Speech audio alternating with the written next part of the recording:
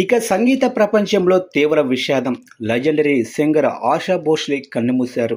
Legendary singer Padma Bhushan గ్రహీత ఆశా భోస్లే కన్నుమూశారు.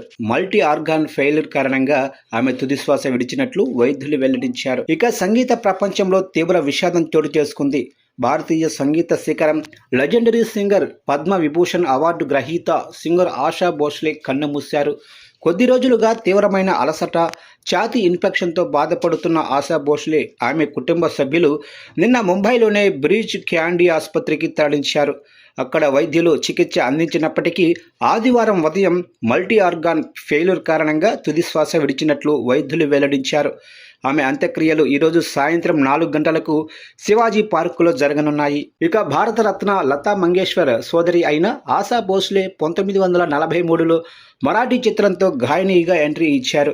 70 ఏళ్ల సినీ ప్రస్థానంలో 20 భాషల్లో 12,000కు పైగా పాటలు పాడి శ్రోతలను అలరించారు. తనదైన గాత్రంతో యావత్ భారతాన్ని ఉర్రూతలెగించిన ఆశా భోస్లే తన కెరియర్లో ఎన్నో అవార్డులు సొంతం చేసుకున్నారు. వేల కొద్ది పాటలతో గిన్నిస్ బుక్ ఆఫ్ వరల్డ్ రికార్డులో చోటు సంపాదించిన ఆమెకు భారత ప్రభుత్వం పద్మ విభూషణ్, దాదాసాహెబ్ ఫాల్కే వంటి అత్యున్నత పురస్కారాలతో గౌరవించింది. తన గాత్రంతో అలరించిన ఆశా భోస్లే మరణంతో సినిమా, సంగీత ప్రపంచంలో విషాద ఛాయలు అలుముకోగా ఆమె మరణం పట్ల పలువురు ప్రముఖులు సంతాపం వ్యక్తం చేస్తున్నారు.